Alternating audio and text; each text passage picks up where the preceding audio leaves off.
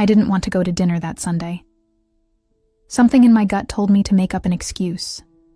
A migraine, a deadline, anything.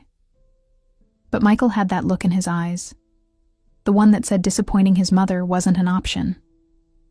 So I put on my navy blue dress, the one his mother once said almost suited me, grabbed the apple pie I'd spent the morning baking, and got into the car. "Ready, Ellie?" Michael asked, his smile not quite reaching his eyes. He seemed nervous too, though he'd never admit it. His mother, Patricia Whitfield, had that effect on people. "As I'll ever be," I replied, trying to sound cheerful. The Whitfield family home sat on Maple Avenue, a colonial-style house with perfect white trim and a garden that had won neighborhood awards 3 years running. It looked like something from a magazine, pristine, polished, and completely intimidating, just like the family that lived inside it. I took a deep breath as we walked up the steps. 5 hours. I just needed to survive 5 hours of subtle jabs and cold smiles, and then I could go home and breathe again. "There's my boy!" Patricia's voice rang out the moment we stepped through the door. She embraced Michael warmly, her diamond bracelets clinking as she patted his back. Then her eyes landed on me, her smile thinning just enough to notice. "Hello, Eleanor." "Hi, Patricia. I brought apple pie." I held out the dish like a peace offering. She took it with 2 fingers, as if it might contaminate her. "How thoughtful." "I already ordered dessert from Callahan's Bakery, but we can put this out too." She handed it to the housekeeper without another glance. Michael's brother James and his wife Vanessa were already there, along with his sister Rebecca and her husband Tom. They all looked up when we entered the living room, their greetings warm for Michael and tepid for me. "Eleanor, that dress is certainly brave," said Vanessa, sipping her white wine. She was wearing something beige and expensive looking, like everyone else in the room. "Thanks," I said, accepting the glass of wine Michael handed me. I'd need it. Dinner was served promptly at 6. Patricia had prepared her famous roast lamb, which everyone praised effusively. I complimented it too, but she acted as if I hadn't spoken. "So, Michael tells me you're still doing that little blog thing," Patricia said, during a lull in the conversation. "It's actually a full online magazine now," I replied. "We just hit 1 million monthly readers." "How nice.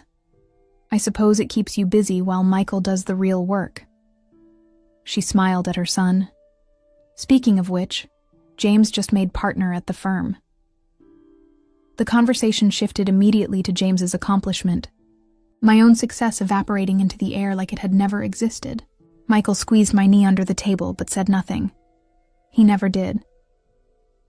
Throughout the meal, it continued. Rebecca talked about her children's private school achievements.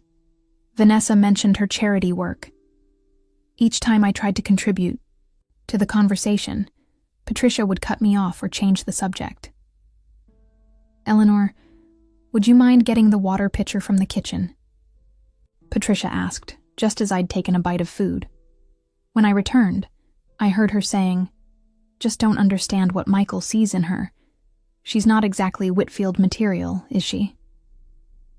The table fell silent as I set down the pitcher. I looked at Michael, waiting for him to defend me. He stared at his plate. "More water, anyone?" I asked, my voice surprisingly steady.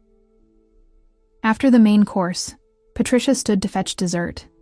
The catered chocolate mousse was presented with flourish, my homemade pie relegated to the far end of the table. No one took a slice. "You know," Patricia said, swirling her wine. "I was telling Michael the other day that he should consider taking that position in Chicago. A fresh start might be good for him." "Chicago?" I looked at my husband. "You didn't mention any position." Michael shifted uncomfortably.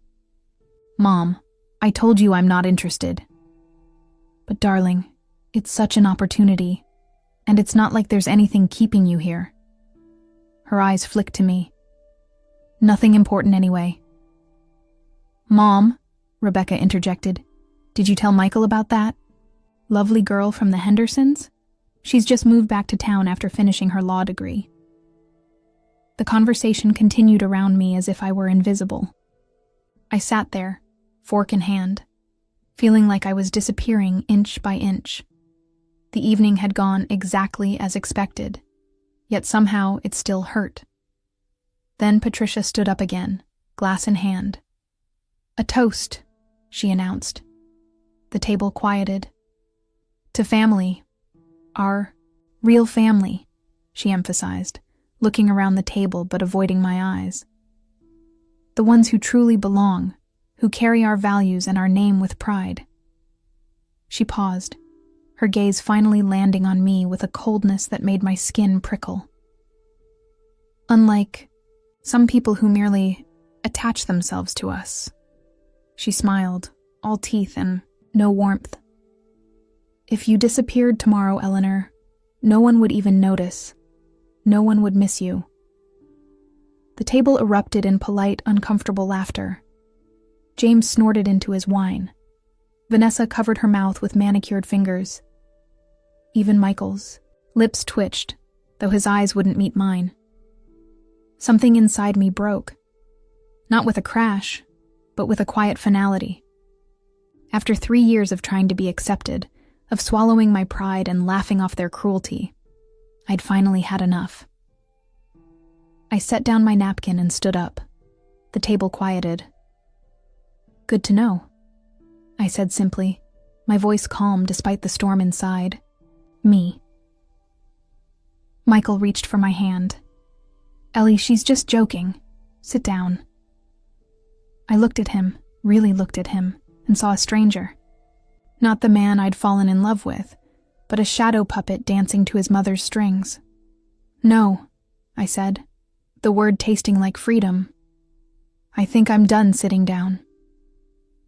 I walked out of the dining room, through the immaculate foyer, and out the front door.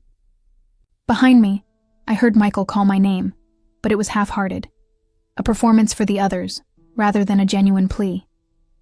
The cool evening air hit my face as I stepped outside. For the first time that night, I could breathe. I got into our car.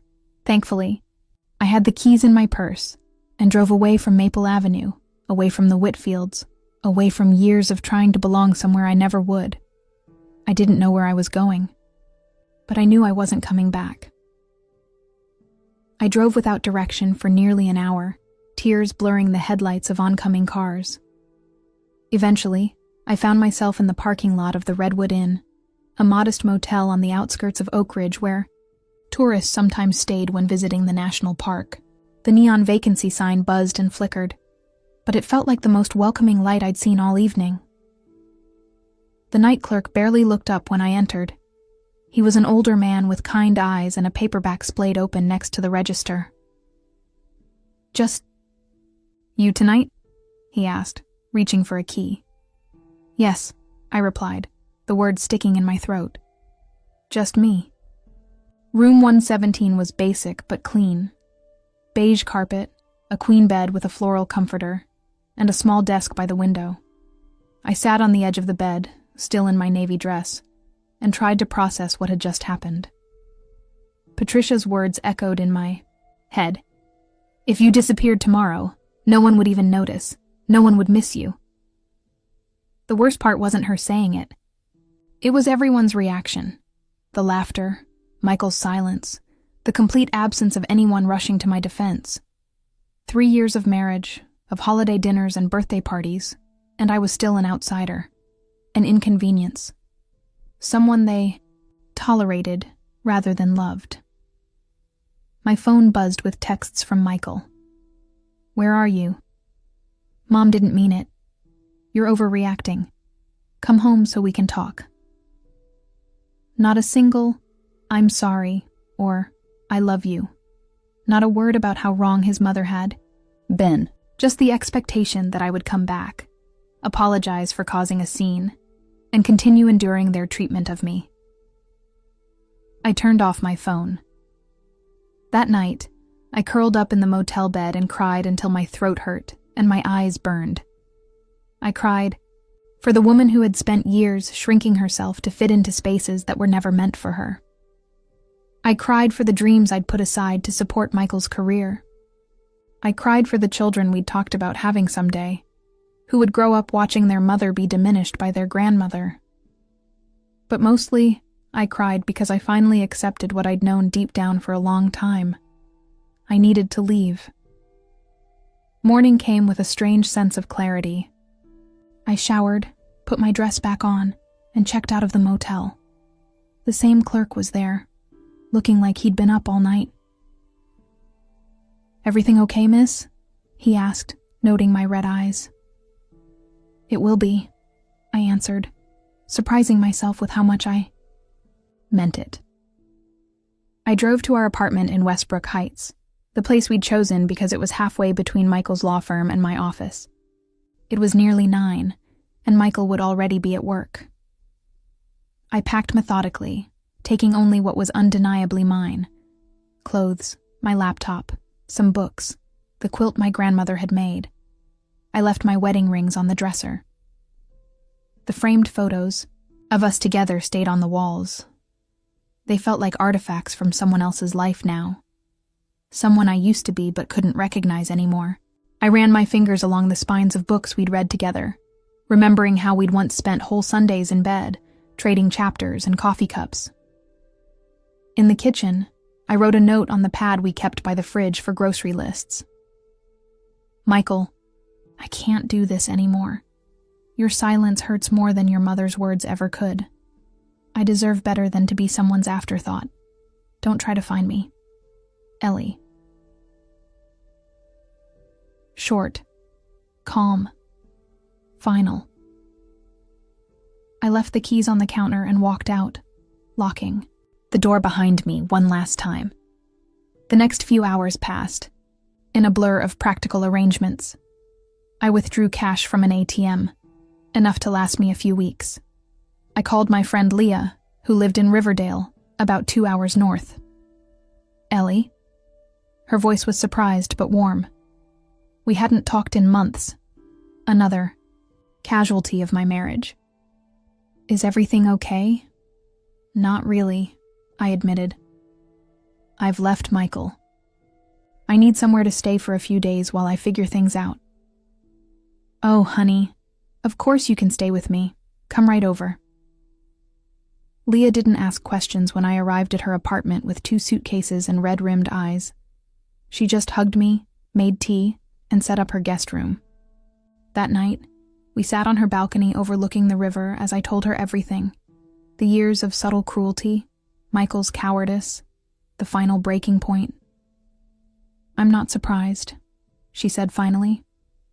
"Every time we got together, you seemed smaller. Somehow. Less you." I hadn't realized how visible my unhappiness had been. "Why didn't you say anything?" She shrugged. "Would you have listened? You were so determined to make it work." She was right. I'd been so focused on proving I belonged in Michael's world that I'd lost sight of my own. I stayed with Leah for a week, sleeping more than I had in years, and gradually feeling the tightness in my chest begin to loosen. During the day, while she was at work teaching high school English, I searched for apartments and freelance writing opportunities. By the following weekend, I'd found a small studio in Greenfield, a quiet town about 30 minutes from Riverdale. The apartment was on the 3rd floor of a converted textile mill, with high ceilings, exposed brick, and windows that faced east, filling the space with morning light. It was barely 600 square feet, but after signing the lease, I felt a profound sense of ownership I'd never experienced in the much larger apartment I'd shared with Michael. "This is mine," I whispered to myself as I stood in the empty space. "Just mine." Leah helped me shop for essentials: a bed, a desk, a comfortable chair, kitchen basics. We found most items secondhand at thrift stores or on local buy-nothing groups. Each piece I selected felt like an affirmation. This is who I am now. This is what I like. This is how I want to live. My phone remained off. I knew Michael would be looking for me by now, calling friends, maybe even my parents in Oregon. But they wouldn't know where I was. I hadn't told them yet about the separation. That conversation could wait. Instead, I focused on creating a new routine. Each morning began with coffee by the window, watching the sun rise over the mill pond. I took long walks through Greenfield, discovering small bookshops, cafes, and the local farmers market. In the evenings, I wrote, sometimes for work, sometimes just for myself, pouring out the emotions I'd bottled up for years. At night, I would sometimes wake up reaching for Michael, momentarily disoriented by the emptiness beside me. But as days passed, that happened less frequently.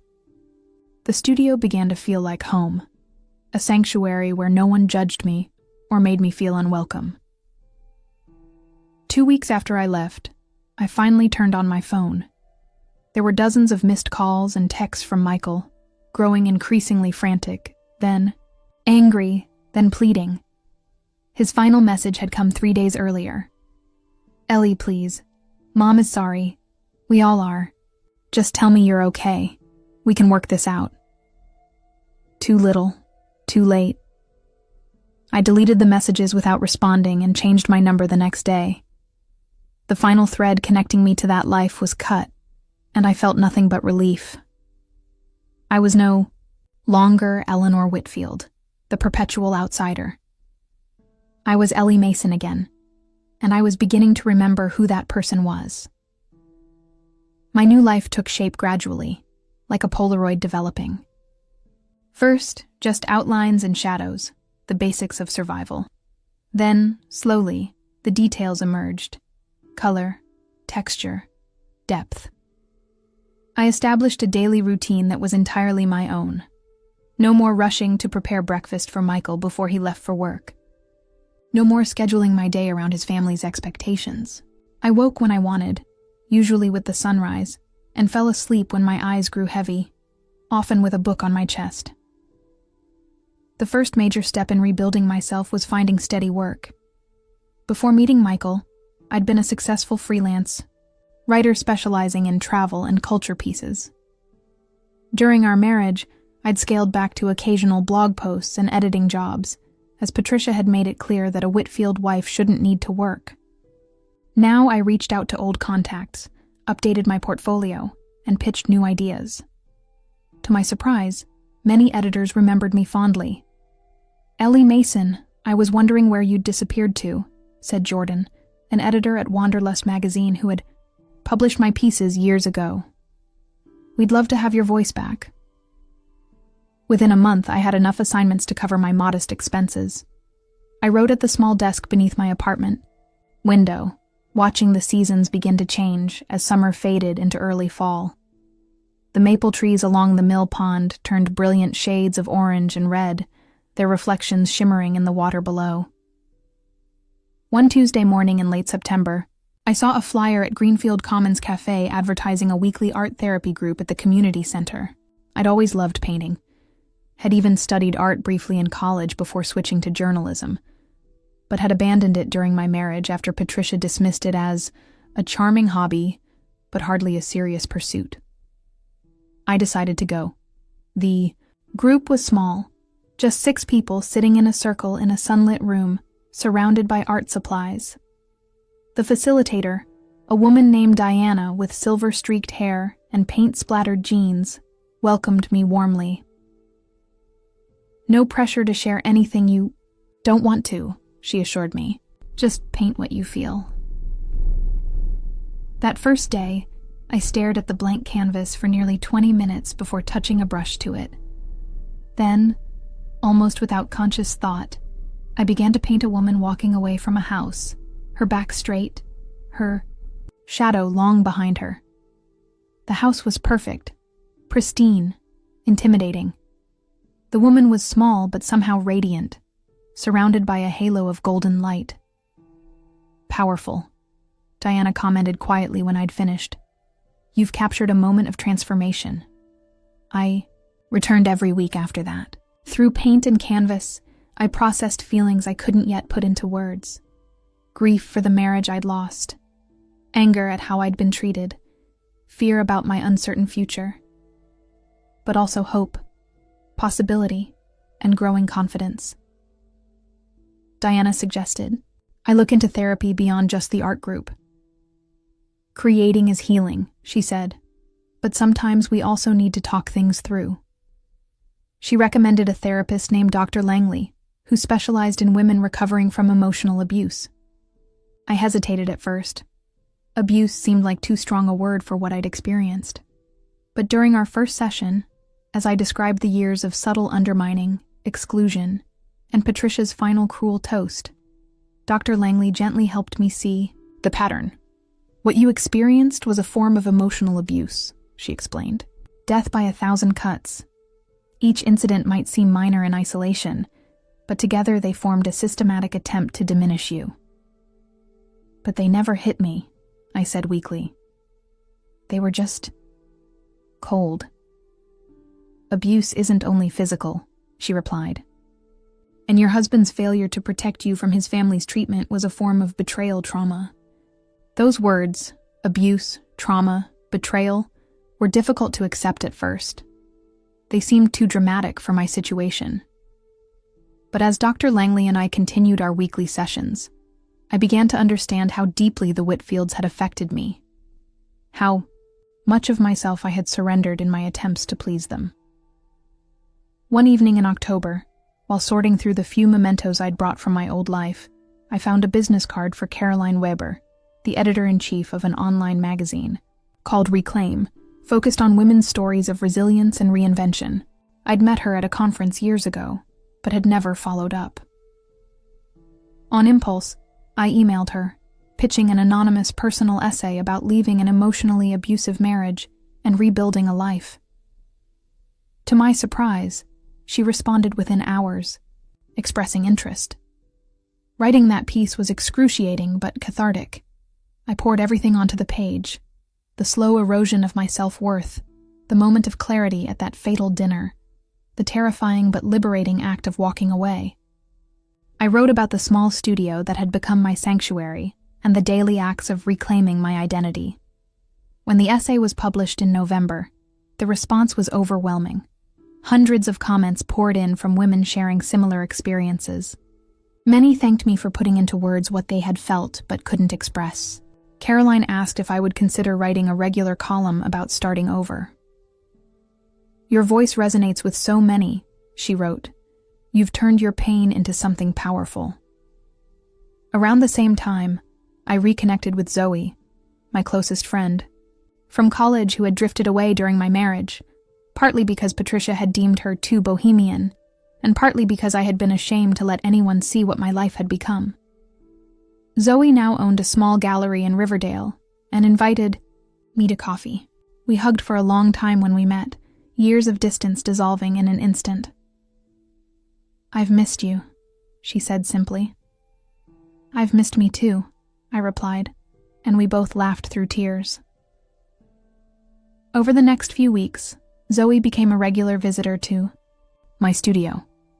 She admired the paintings accumulating against my walls, landscapes, abstract expressions of emotion, and repeatedly, variations of that woman walking away from the perfect house. These are extraordinary, Ellie, she said one evening. You should show them. I laughed off the suggestion at first, but Zoe was persistent. I'm serious. My gallery has a program for emerging artists. Your work tells a story people need to hear. The idea of publicly displaying such personal pieces terrified me. They weren't technically sophisticated. I was still relearning. Techniques I'd abandoned years ago. But they were honest, raw expressions of my journey. What if no one connects with them? I asked Zoe. What if someone does? She countered. What if your story helps another woman find her courage? Put that way, how could I refuse?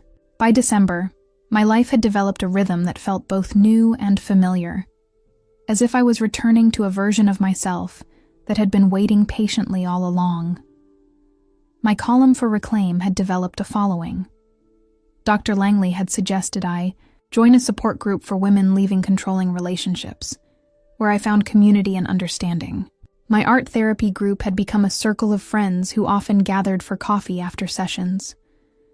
And through it all, I painted. Each canvas became more assured than the last. The woman walking away from the house appeared less frequently. Instead, I painted open roads, birds in flight, dawns breaking over unknown landscapes. Zoe helped me select 10 pieces for a small exhibition titled Vanishing Point that would open in her gallery in January. As the date approached, I felt equal parts terror and exhilaration. The Whitfields had never seen this side of me. The artist, the survivor, the woman who had walked away and built something new from nothing.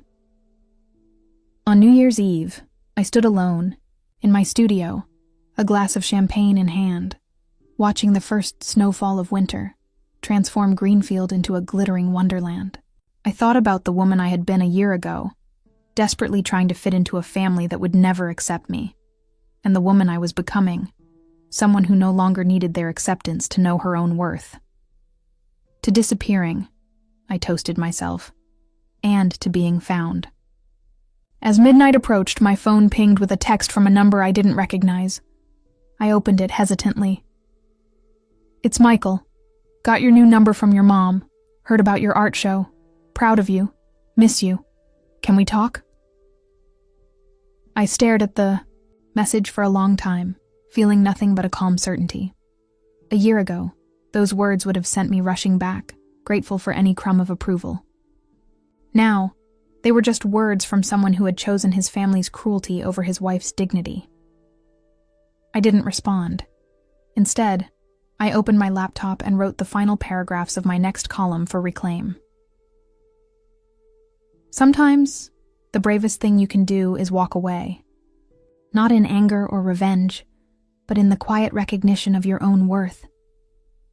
Sometimes, you have to disappear from one life to appear fully in another. And when you do, you discover that you were never truly lost. You were simply waiting to be reclaimed. By yourself. I later learned what happened at the Whitfield house after I left through Leah's cousin Jenny, who worked with Rebecca's husband Tom. The family narrative initially painted me as unstable, dramatic, unable to take a joke. Patricia assured Michael I'd return within days, crawling back once I realized how little I could manage on my own. But days turned to weeks. Michael returned each night to our empty apartment, where my note remained on the counter and my wedding rings gathered dust on the dresser. He called my parents, who truthfully said they hadn't heard from me. He called my old workplace, former classmates, anyone who might know where I'd gone. Each time, he found nothing but dead ends. "He looks terrible," Jenny told Leah, who relayed the information to me over coffee. "Lost weight, barely sleeps. Tom says the whole family is freaking out because Eleanor just vanished." I felt a strange emptiness hearing this. Neither vindication nor remorse, just distance. As if she were describing characters in a movie I'd seen long ago. Michael hired a private investigator, a former police officer named Donovan who specialized in finding people who didn't want to be found. But I'd been careful. My new apartment was leased under Leah's sister's name. I'd switched to cash for most transactions and kept my online presence minimal. The PI found my car abandoned at a long-term parking lot near the bus station, leading Michael to believe I'd left the state entirely. The Whitfield Sunday dinners continued in my absence, but according to Jenny, they became strained affairs. Michael would sit silently, picking at his food. James and Vanessa argued more openly. Rebecca drank too much wine, and once burst into tears at the table. "It's like you were the glue holding them together, even though they treated you like crap," Leah said, looking puzzled. "Without you there to unite against, they're turning on each other." 1 month after I left, Patricia hosted her annual Christmas party, a lavish event attended by everyone in their social circle. It had always been a showcase of Whitfield perfection. The immaculate house, the catered food, the carefully curated guest list of lawyers, doctors, and local politicians. This year, however, whispers followed Michael around the room. Where was his wife? Why had she left? Was it true she'd simply walked out during Sunday dinner and never returned? The rumors had been circulating for weeks, growing more elaborate with each retelling. Patricia attempted damage control, telling guests I was taking some time for my mental health. But her explanation fell flat when Judge Wilson's wife innocently asked Michael when I would be back, and he knocked over an entire tray of champagne glasses in his haste to avoid the question. Jenny's husband filmed the moment on his phone and showed it to Leah, who debated whether to share it with me before deciding I needed to see it. In the video, Michael stood in a puddle of spilled champagne, his face ashen, as Patricia rushed to his side. The room had gone silent, all eyes on the mother and son. "I don't know where she is," Michael said, his voice breaking. "I don't know if she's ever coming back." Patricia grabbed his arm, trying to steer him away from the crowd, but he shook her off. "This is your fault," he said, loud enough for everyone to hear. "You and your constant... He couldn't finish the sentence. Instead, he walked out of the party, leaving Patricia standing alone amidst the broken glass and spilled champagne. The video ended there. I watched it once, then deleted it from my phone. I didn't need to carry their chaos with me anymore. After the Christmas party disaster, the carefully constructed Whitfield facade began to crack more visibly. James and Vanessa announced they were separating. Rebecca started missing work, citing family stress. Michael took a leave of absence from the law firm, supposedly to handle a personal matter. Patricia's social standing, built over decades of meticulous image management, began to waver. The women in her garden club, who had once hung on her every word, now exchanged glances behind her back. Invitations to elite social events became less frequent. People whispered about the Whitfield family tragedy, the mysterious disappearance of Michael's wife, and the subsequent unraveling. In February, Michael finally filed a missing person report with the police.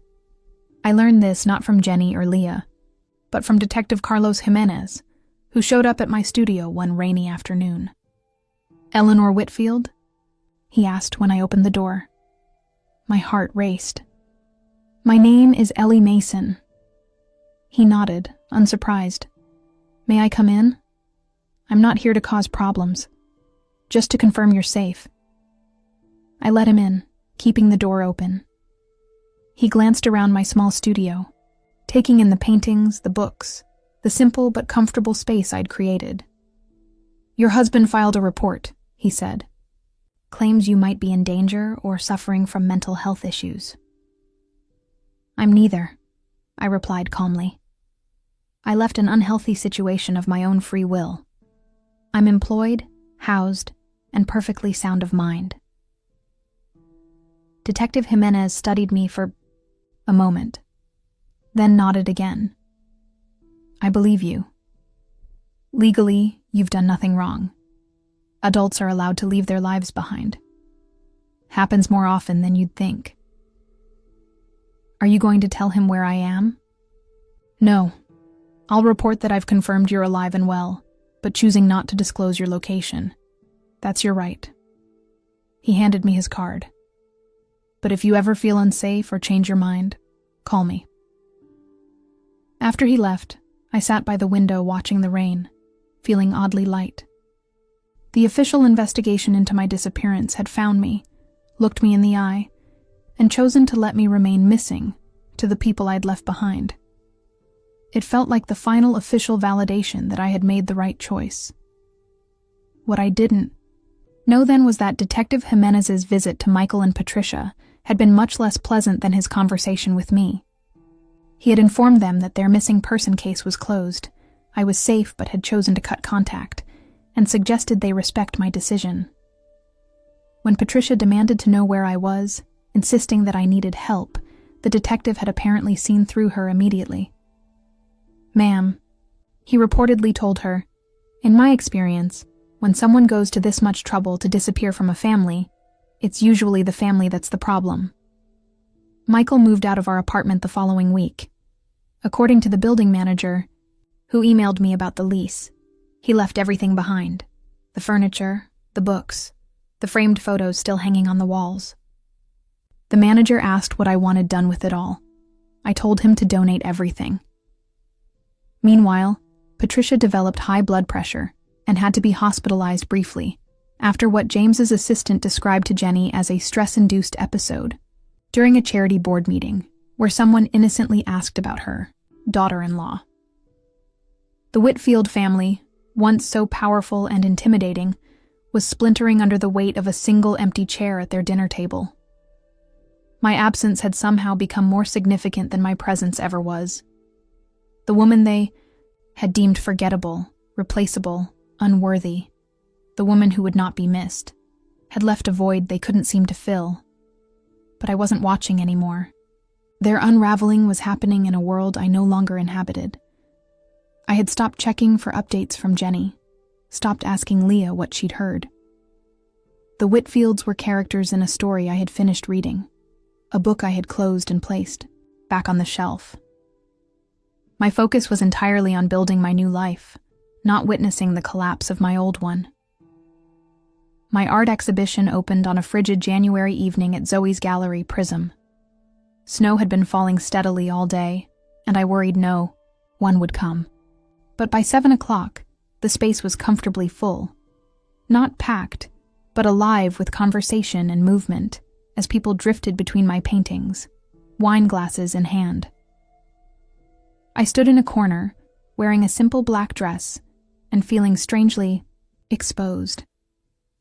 These paintings weren't just art. They were pages from my diary, windows into my soul. Having strangers study them felt both terrifying and liberating. "You're hiding," Zoe said, appearing beside me with an extra glass of wine.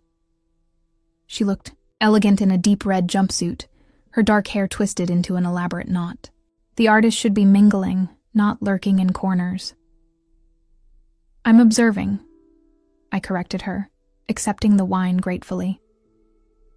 "There's a difference." She rolled her eyes but squeezed my arm affectionately. "Well, observe this. 3 of your pieces already have red dots, sold within the first hour." I nearly choked on my wine. "You're joking." "Nope. Departure, Threshold, and First Light. All gone." She nodded toward a tall woman with silver hair examining my largest canvas. The woman walking away from the perfect house, now refined with more detail and emotional depth than my first attempt. And Margaret Chen over there, the curator from the Riverdale Contemporary Art Museum, has been staring at Vanishing Point for 15 minutes. That's a good sign. The exhibition marked a turning point. Reviews appeared in local arts publications, describing my work as raw, authentic explorations of liberation and self-discovery, and emotionally resonant tableaus of a woman's journey from confinement to freedom. A smaller gallery in Boston expressed interest in showing my work. Margaret Chen invited me to participate in a group exhibition of emerging artists at her museum. But the most meaningful response came from the women who approached me throughout the evening to whisper their own stories of escape, survival, and rebirth. One after another, they found me in quiet moments to say some version of, "This is my story too. Thank you for painting it." By February, I had sold enough paintings to afford a larger apartment, still in Greenfield, but with a separate bedroom and a small area I could dedicate entirely to painting. Zoe helped me move, bringing along 2 friends with a pickup truck, and ordering pizza for everyone afterward. Sitting on the floor of my new living room, surrounded by half-unpacked boxes and laughing friends, I felt a contentment I hadn't experienced in years. My column for Reclaim continued to gain readers. Caroline offered me a part-time editorial position, which provided steady income alongside my freelance work and growing art sales. The job connected me with other writers and activists focused on women's empowerment and healing from trauma. Through this network, I met Sarah Nguyen, the founder of Phoenix House, a nonprofit organization providing support and resources to women leaving abusive relationships. After reading my columns, she invited me to speak at a fundraising event. "Your story resonates," she explained over coffee at Greenfield Commons. "You left before things escalated to physical violence. Many women don't recognize emotional abuse as abuse until it's gone much further." "I still struggle with calling it that," I admitted. "It feels like I'm exaggerating." "That's exactly why your voice matters," Sarah said firmly. "You're articulating what so many women experience but can't name." The fundraiser was held at the Riverdale Community Center in March. Standing at the podium before a room of strangers, my hands trembled as I unfolded my prepared remarks. But as I began speaking about the slow erosion of self-worth, the moment of clarity, the terrifying leap into the unknown, my voice steadied. "The hardest part wasn't leaving," I told the audience. "It was admitting to myself that I deserved better, that what I was experiencing wasn't normal or acceptable, that I wasn't overreacting or too sensitive." I paused, looking around the room. The most dangerous lies are the ones we tell ourselves to survive situations we shouldn't have to endure. The speech received a standing ovation. Afterward, women lined up to speak with me, many with tears in their eyes. Some were still in situations like mine. Others had left years ago, but were still processing their experiences. One elderly woman squeezed my hand and whispered, "I waited 40 years to leave. I wish I'd had your courage sooner." Sarah invited me to join the Phoenix House board and to lead a weekly writing workshop for residents. The workshop quickly became the highlight of my week. Sitting in a circle with women at various stages of rebuilding their lives, watching them discover their voices, their strength, their stories. Writing helped me understand what happened. To me, I explained during our first session. Sometimes we can't see the pattern until we put it on paper. As spring arrived in Greenfield, my new life blossomed along with the cherry trees along the river. I established a comfortable routine. Mornings for painting, afternoons for writing and editing, evenings for friends or quiet reflection. Twice a week, I visited Phoenix House. On Saturdays, I explored local hiking trails with Zoe and our growing circle of friends. Dr. Langley had suggested I consider reaching out to my parents, who still didn't know the full story of why I'd left. Michael. In April, I finally called them. The conversation was difficult but necessary. They had always liked Michael and had been confused by my sudden disappearance. "Why didn't you tell us?" my mother asked, hurt evident in her voice. "We would have supported you. I needed to do it on my own," I explained, to prove to myself that I could. After several long conversations, they visited me in Greenfield, seeing my apartment, my paintings, my new friends, the life I'd built from scratch, helped them understand. My father, usually stoic, hugged me tightly before they left. "I'm proud of you, Ellie Belly," he said, using my childhood nickname. "You're the strongest person I know." As summer approached, I received an unexpected email from a literary agent who had read my columns in Reclaim. She suggested I consider turning my experiences into a memoir. "Your voice is unique," she wrote. "You describe emotional abuse and recovery in ways that resonate deeply with readers. There's a book here." The idea was intimidating but exciting. I began waking earlier, using the quiet morning hours to work on chapters before turning to my other commitments. The manuscript took shape slowly, not just the story of leaving the Whitfields, but the larger journey of losing and reclaiming myself. In June, Phoenix House organized a benefit gala at the Riverdale Art Museum. As a board member and speaker, I was invited to attend. The event was featured in the local newspaper and social media, with photographs of the museum and list of speakers published in advance. I didn't consider that the Whitfields might see this publicity. In my mind, they existed in a different universe now, one that no longer intersected with mine. I had moved on so completely that I rarely thought of them at all. The night of the gala, I wore a deep green dress that Zoe had helped me choose. My hair, which I'd cut short after leaving Michael, had grown out into soft waves that framed my face. I felt confident, centered, myself in a way I hadn't been for years. The museum's grand hall was transformed for the evening, with elegant table settings and subtle lighting that highlighted the artwork on display, including 2 of my paintings that had been part of the group exhibition Margaret Chen had included me in. Sarah introduced me to donors and community leaders, proudly describing my contributions to Phoenix House. We were deep in conversation with the mayor of Riverdale when Sarah suddenly gripped my arm. "Don't look now," she whispered. "But is that your ex-husband at the entrance?" I turned, my heart suddenly racing, and saw Michael standing in the doorway. He looked thinner than I remembered, his face drawn, his eyes scanning the room until they found me. Behind him, partially hidden by a column, was Patricia. They had found me. My carefully constructed separate piece was about to be disrupted by the very people I had rebuilt my life to escape. But as Michael took a step toward me, something unexpected happened. I didn't feel fear. I didn't feel anger. I didn't even feel anxiety. What I felt, surprisingly, was pity and a profound sense of my own strength. The woman who had left their dinner table in shame 8 months ago no longer existed. In her place stood someone new, an artist, a writer, a board member, a woman who had faced her deepest fears and built a life on her own terms. "Excuse me," I said calmly to the mayor and Sarah. "There's someone I need to speak with."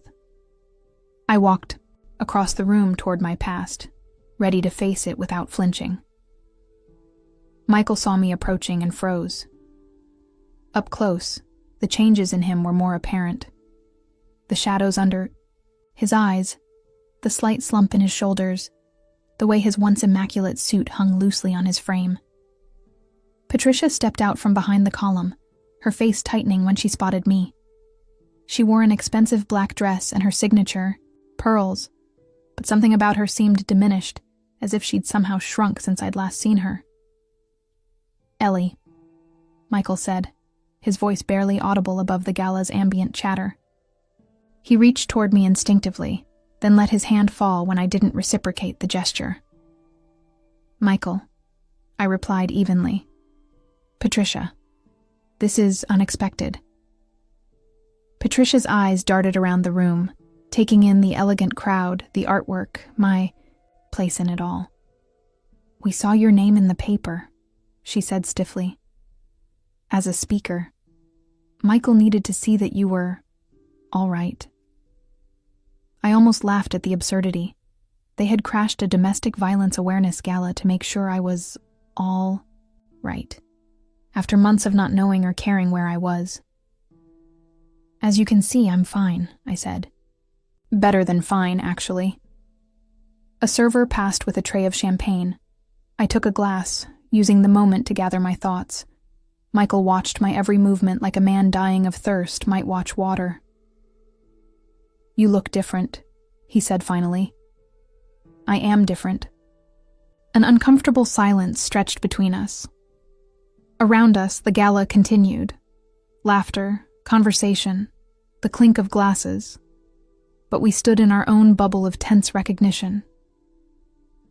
"Perhaps we could speak somewhere private," Patricia suggested, glancing meaningfully at the guests nearby who were beginning to notice our strange tableau. "I don't think that's necessary," I replied. "I have nothing to say that can't be said here." "Ellie, please," Michael interjected. "We've been looking for you for months. You just disappeared. No phone calls, no explanation." "I left a note," I interrupted. "And there was an explanation. You chose not to hear it, just like you chose not to hear me for years." Patricia's mouth thinned to a hard line. This melodrama is precisely why. Mrs. Whitfield, I cut her off, surprising myself with my steadiness. I'm speaking with Michael. If you can't respect that, perhaps you should wait outside. Her face flushed with anger, but for perhaps the first time in her life, Patricia Whitfield found herself speechless. Michael looked equally stunned. Michael, I continued, turning back to him. I left because I had to. That dinner was just the final straw. I needed to find out who I was without the constant criticism, the belittling, the feeling that I was never enough. I never criticized you, he protested weakly. No, you just let everyone else do it while you watched. Your silence was your choice, Michael. Your complicity. Sarah approached, placing a protective hand on my arm. Everything okay here, Ellie? Yes, I assured her, grateful for the support but not needing the rescue. These are old acquaintances. They were just leaving. Patricia drew herself up, affronted. We most certainly were not. Michael, tell her... Mom, Michael said quietly. Please. For a moment, something shifted in the air between mother and son. Michael turned back to me, his expression pained. Could I have 5 minutes? Just to talk? Please, Ellie. I considered, refusing, but curiosity won out.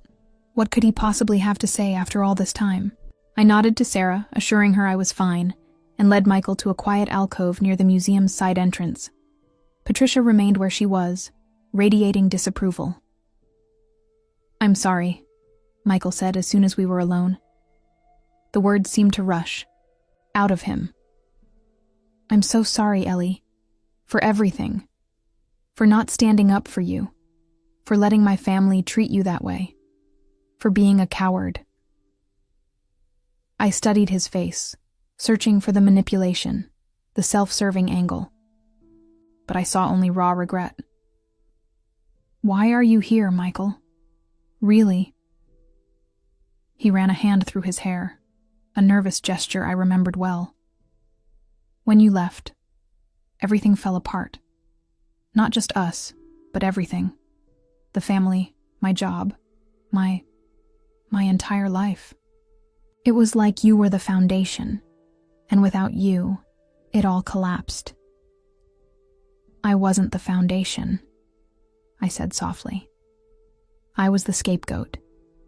As long as everyone could focus on what was wrong with me, no one had to look at what was wrong with all of you. He winced but didn't argue. I've been in therapy, he said instead, trying to understand why I let it happen, why I couldn't stand up to my mother, why I hurt the one person who truly loved me. And what did you learn? That I've spent my whole life trying to be the perfect Whitfield son. That I was terrified of disappointing my mother because her approval was the only measure of success. I knew.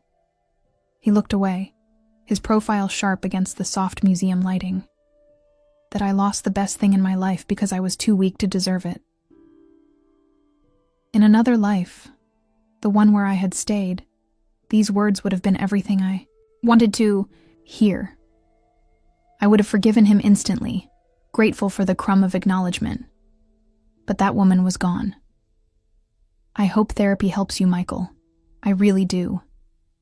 I meant it. But I'm not coming back. That chapter is closed. I know, he said, surprising me. I didn't come here to ask you to come back.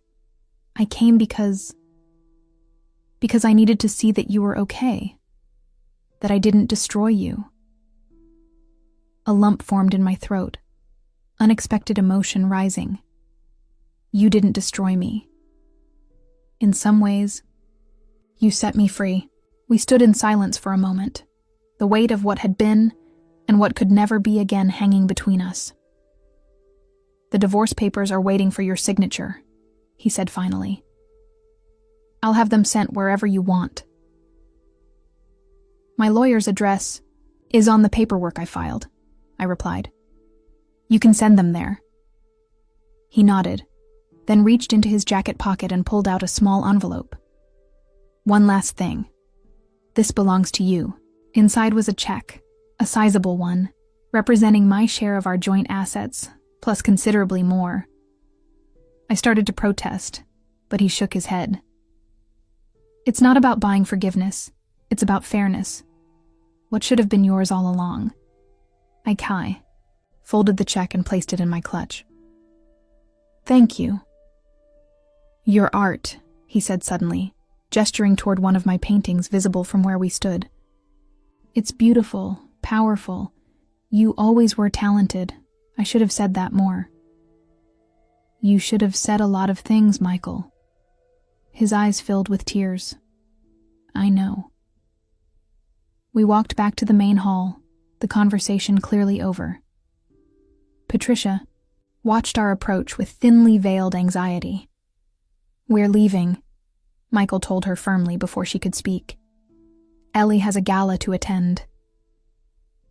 Patricia's gaze swept over me one last time, taking in my confidence, my place in this room full of important people, the evidence of my success without them. For the first time in our long, difficult relationship, I saw something new in her eyes. Respect, tinged with regret. "Goodbye, Eleanor," she said stiffly. "Goodbye, Patricia," I replied, meeting her gaze directly. As they walked toward the exit, I heard Patricia whisper harshly to Michael, though I couldn't make out the words. But this time, something was different. Michael stopped walking, turned to his mother, and said something that made her step back as if struck. Then he continued toward the door alone, leaving Patricia to hurry after him. I watched them go, feeling a complex mix of emotions.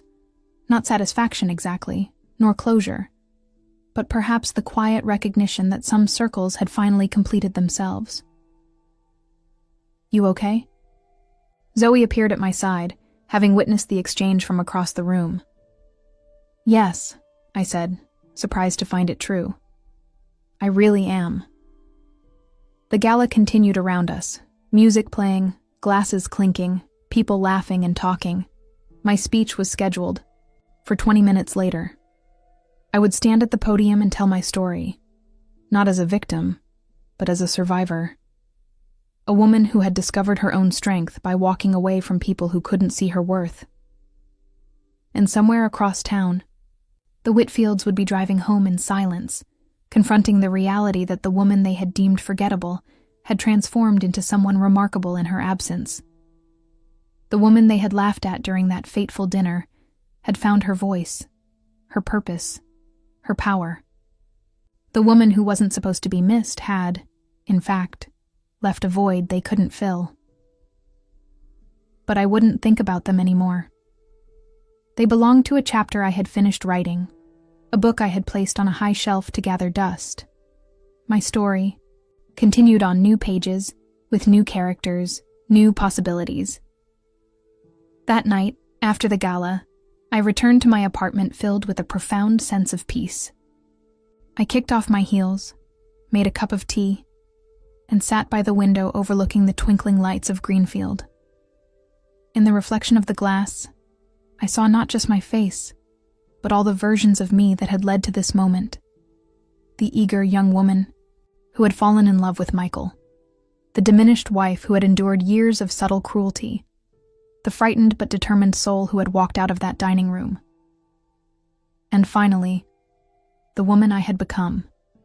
Strong, creative, whole. A woman who had disappeared not into nothingness, as Patricia had predicted, but into herself, finding there not emptiness, but endless possibility. In the morning, I would wake to sunshine streaming through my windows. I would paint, write, plan the next workshop at Phoenix House. I would call Zoe and laugh about something ridiculous. I would live fully, freely, without looking over my shoulder or shrinking myself to fit someone else's expectations. I raised my teacup in a silent toast to the woman in the window reflection.